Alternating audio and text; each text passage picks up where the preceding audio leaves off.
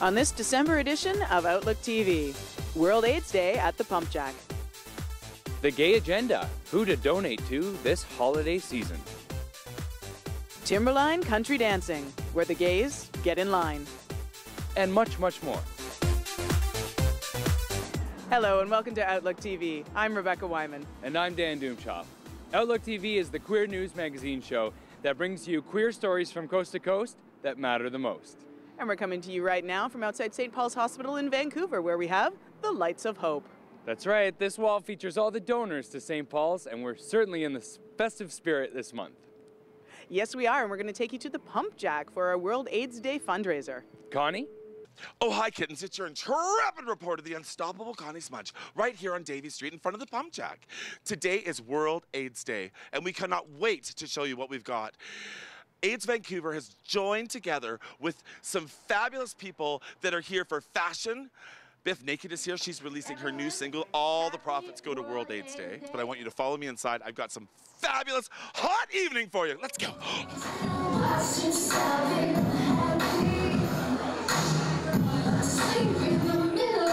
Models, Biff Naked is here. Tell everyone what's happening. Yeah, well, we've got a gentleman right now painting with his... Brent Ray Fraser, oh, we know, honey. Outstanding. That's phenomenal. It's such a pleasure for me to be here tonight. Everyone, happy World AIDS Day. AIDS Vancouver is an amazing, integral part of this community. They have been going strong since 1983.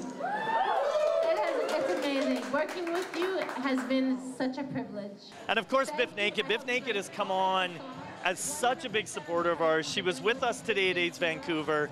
She was doing so much for the public. She has donated a song, Intellectual, which you're going to hear during the fashion show. All proceeds go to AIDS Vancouver.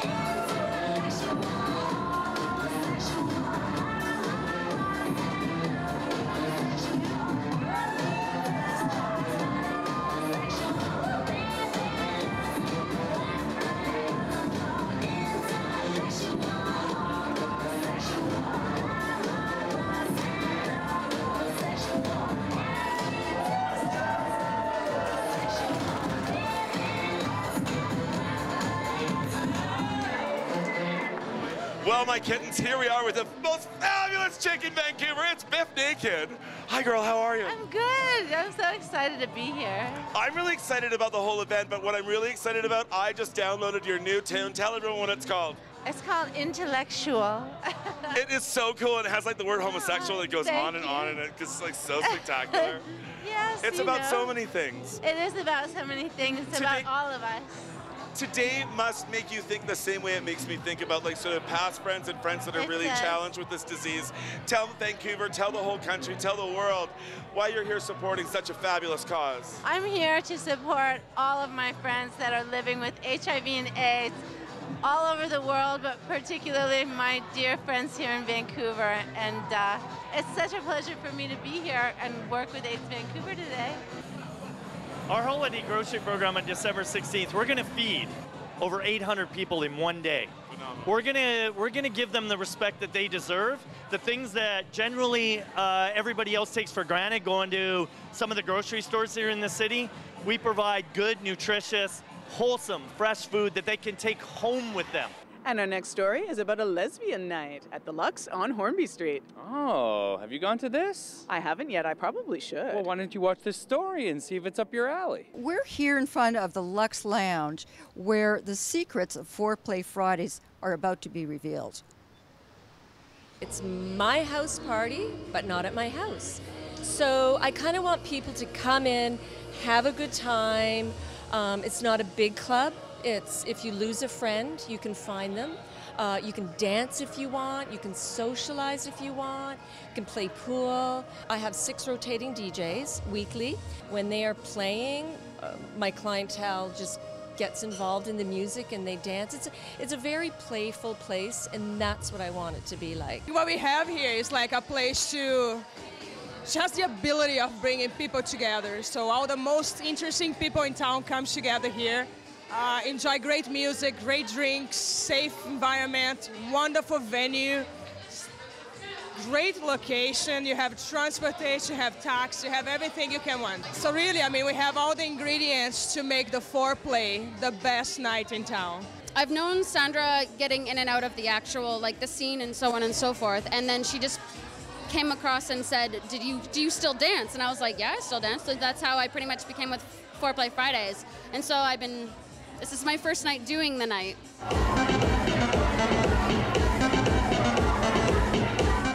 I started realizing how important it is to have these spaces for women and their friends where they can come and feel safe and still have a community, because without a space it sort of lacks a little on that tip. I started transitioning from female to male this year. I started in February and I performed for her event in April, so that was my 2-month mark.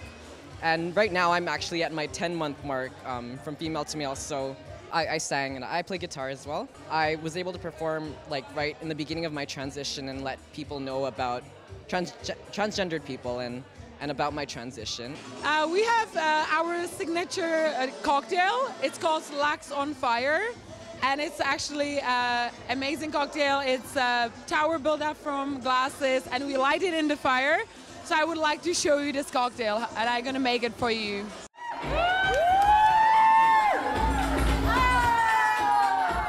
Luxe Lounge, first of all, is a really great venue, especially for the winter. It's dark and kind of sexy, and it's got good lighting and candles.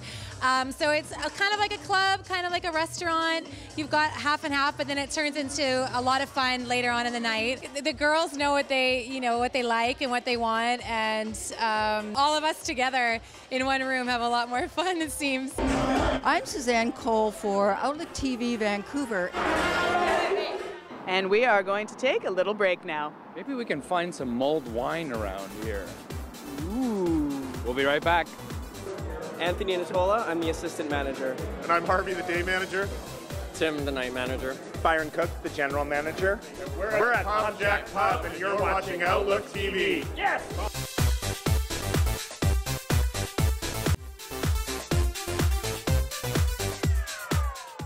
Welcome back. You're watching Outlook TV. And now it's time for one of our favorite segments. It's Out Across Canada!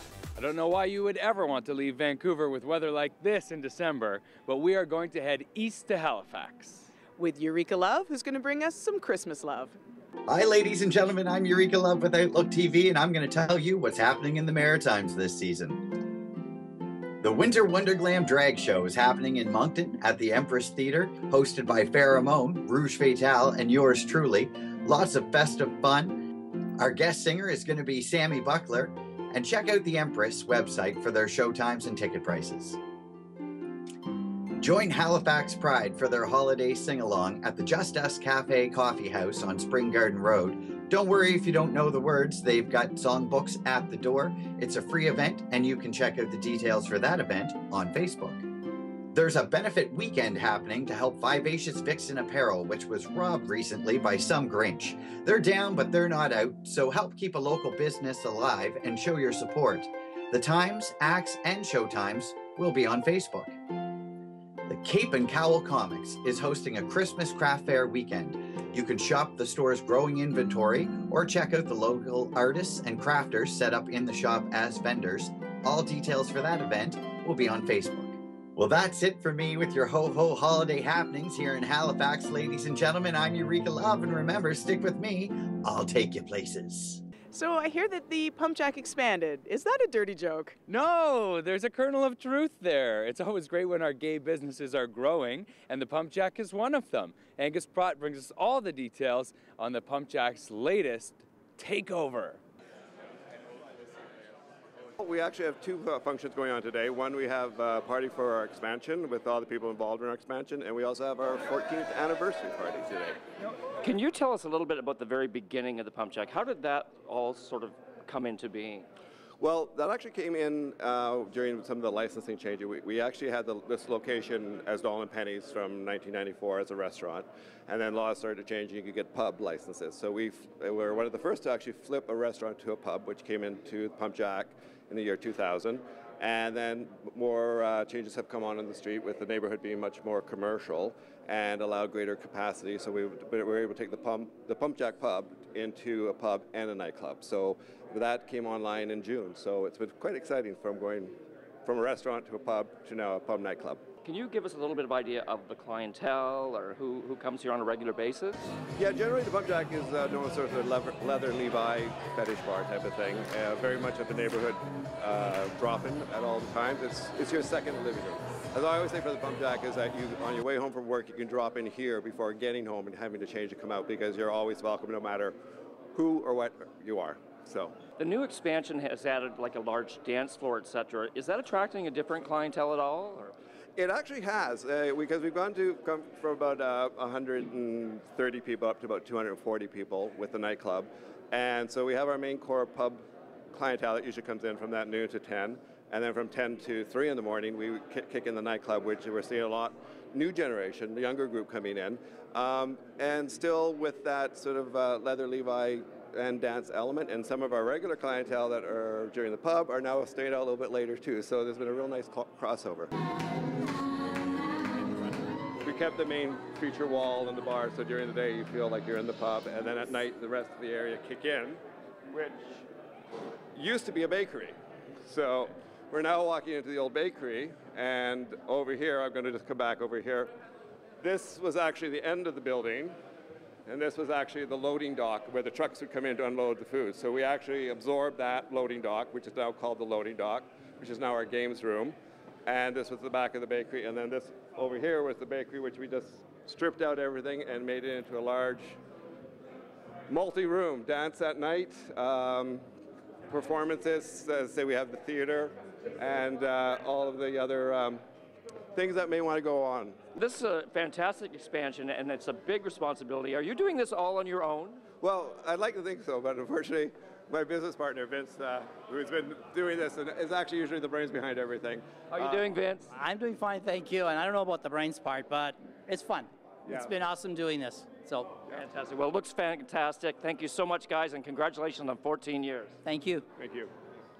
And next up, we are going to take you to the gay agenda with our producer, Fred. That's right. This time, Fred guides us on how to give charitably this holiday season, who to donate to and who to avoid. Fred? Well, it's getting near that time of the year with endless year-end parties. As you walk down the street drunk from your office party, you might hear a bell ringer asking you to donate some loonies to the Salvation Army's Red Kettle. No one wants to feel like a Scrooge, so you dig in your pocket. But wait, do you know where that money's going? Before you go and give that hard-earned money away, check out the charity and see what they stand for and who do they support. If you do a quick Google search, you might be very surprised by the results. When you Google the organization, there's always a picture of some child who's going to pull at your heartstrings and your purse strings. But then Google the CEO's salary. Here is what Snoops turned up for me when I asked for the top 5 worst charities. UNICEF CEO makes $472,000 a year. American Red Cross president made over $1 million in 2010. The United Way's president, Brian Gallagher, made $717,000, which is less than other CEOs managing similar charities. World Vision CEO gets a base salary of $184,000. And because it's a Christian charity, it gets little or no taxes, and it gets a lot of government grants. The Salvation Army's commissioner manages a $2 billion organization with a salary of $127,000. But before you go throw your money into that red kettle, did you know that the Salvation Army has a long history of LGBTQ discrimination in its organization? Do you want to give your money to a charity which will never hire you as an employee? The Salvation Army has fought expensive court battles against queer communities around the United States and Canada. And it has a record of actively lobbying governments worldwide for anti-gay policies. Do you want your spare change going there? Instead, do some Google research, find some local queer charities on www.charityvillage, and check out queer charities in your own city. Remember, charity begins at home. It is time for us to take just another little break.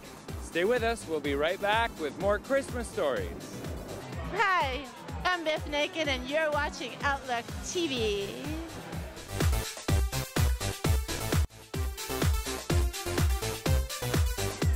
This year is the 25th anniversary of the Diorama Party.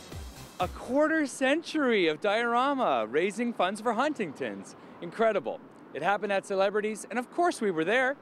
I'm Suzanne Cole for Outlook TV Vancouver, and we're here at Celebrities for the 25th annual Diorama Party. Let's go in and see what's happening.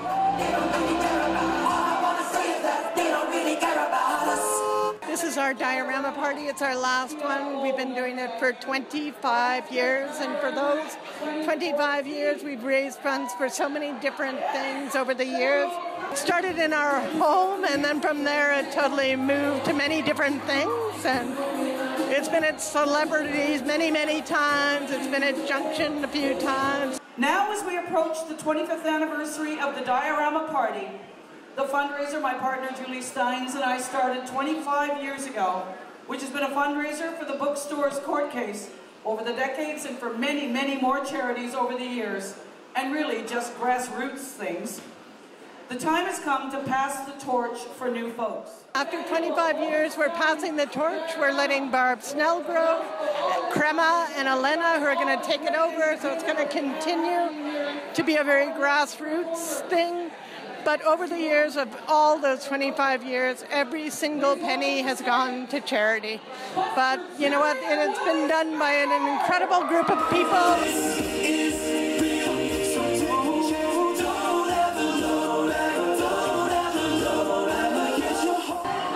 We've been dubbed the Godfathers of Drag in Vancouver there because our drag troupe has been together for 11 or 12 years.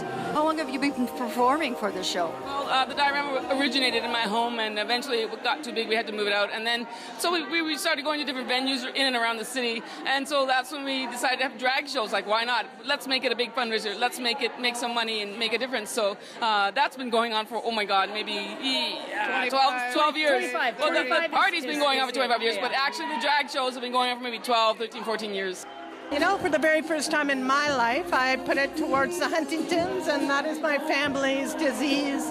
All of my family have had it, and my brother died of it. My twin brother has it right now, and it's definitely my legacy as well. This has been Suzanne Cole for Outlook TV Vancouver at Celebrities for the 25th annual Diorama Party.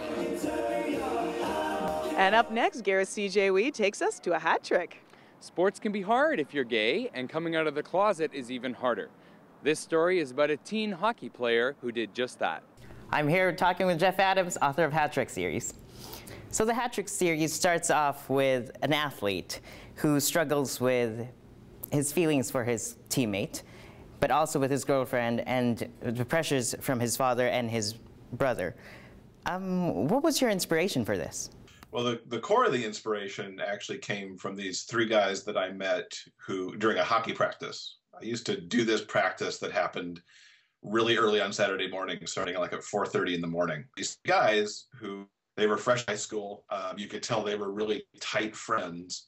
And the story idea came to me because I wondered, well, what if two of these three actually, became a couple? What would it do to the dynamics of their friendship? What would it have done to the team? What would the repercussions have been? That was the key factor that started my mind kind of working on what Hat Trick would become. Did you actually collaborate with anyone about this? I guess I'm lucky in that I don't actually know anybody who's gone through what Simon went through in the book. But in research, you find that several of his, situations happen way too often in real life. Even in some research that I've seen from this year, they say that you got 46% of these youth who say that family is among the places where they most often get negative messages about being LGBT. And these youth also, if you ask them what their top three things are that they're most concerned about in their life these days, it's because their family is likely not to accept them. They feel that they're going to be bullied or have trouble at school, and they're frankly just afraid to be out and open, with their sexuality. And even though I wrote this book, I worked on it over the course of 6 years before it came out in 2013. these are still, things that I just heard in a youth panel, last month as being current statistics. Now, as I understand, you volunteered with an LGBT center as well. Did those young people that you talked with, were they inspirations as well to this book? I hope they take away the idea that, everybody's equal, at the end of the day. Simon and Alex really just want to be a normal couple. There's also, the messages of inclusion in sport. There's, it's too often, even now that we've had, an out player in the NFL, we've got an out player in the NBA, that, gay guys really only, maybe they figure skate, maybe they're nasty, they're not in team sports. And this is, really kind of putting out there the team sport aspect of it, and really kind of, playing off the whole you can play concept. That organization kind of came into existence while I was writing the book, the first book. I happen to have written the code in the first book, already keeping very much in their spirit of, if you can play the game, then you should just be able to play the game. So I donate $1 that I get for each copy sold from my own royalties to the You Can Play project, because it's a project I believe wholeheartedly in, and it's a message that plays through the entire series of books. Thank you very much for joining us, Jeff. For Outlook TV, this is Gareth C.J. Lee. Rebecca, it's always fun to go out dancing, but sometimes you're worried that you're going to look stupid.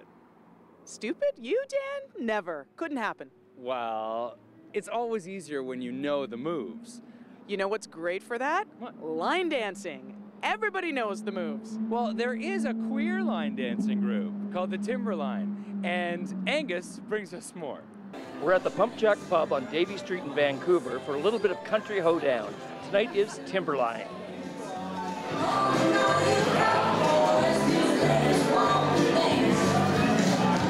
Well, we're doing a lot of good line dancing as well as two-stepping event for couples for the LGBT group here in Vancouver. Thank you. Now, have you been doing this for a while? I've been doing it for at least 24 years. 24 years? Yeah. Yes. Wow. Now, are you part of a special club or is it a special dance group?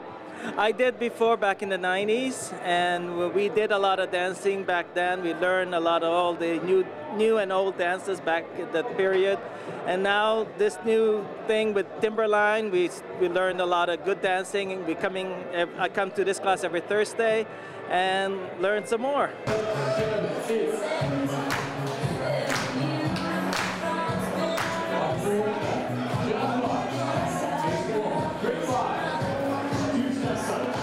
Timberline is a group of dancers that get together weekly and of course once a month at Pump Jack, and we raise money for charity and we have a good time dancing. This is country and western dance, is that right? Yeah, country two-step, and there's also West Coast swing, East Coast swing, a variety of line dances. And East Coast swing is actually getting a lot of popularity, so it's nice to see same-sex couples coming out and dancing.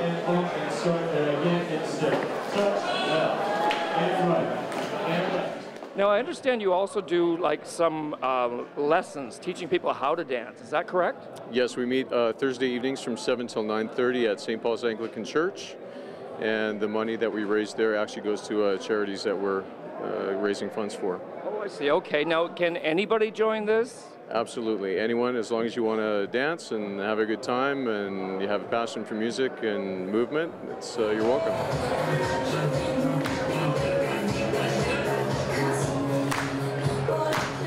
Can you show us some of the moves? Can I do it right now? Yes. I need a partner. You want to be a partner? I will try. I will try. If you can give me some instruction, that'd be great. Sure, sure. Okay, so what you have to do is you're going to start with your right foot, and we're going to start on quick, quick, slow, slow. So you're going to go, I'm going to have to face you though. Okay. So you're going to start with your right. So it's quick, quick, slow, slow. Okay. Right, left, left. Okay. Right, left, right, left. And if you put that to music, then you're dancing. And what is this called? This is two-step. Oh. But it travels in a circle counterclockwise around the floor. So when okay. a whole melange of people, it's the energy is terrific and lots of sweat.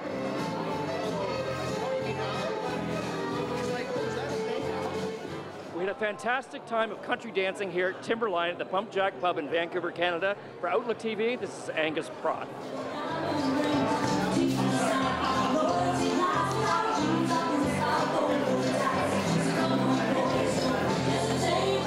that is all the time we have for this episode of Outlook TV. But fortunately, we have you covered all through the holidays with our Best Of show that brings you our favorite stories from throughout the year. In the meantime, why don't you like us on Facebook, follow us on Twitter, and hey, come volunteer for us. We're fun. That's right. Get in touch. For Outlook TV, I'm Dan Doomshaw. And I'm Rebecca Wyman. Happy holidays from all of us here at Outlook TV. Or as we like to say, happy holidays. Stay fabulous, Canada. Keep the holy holidays.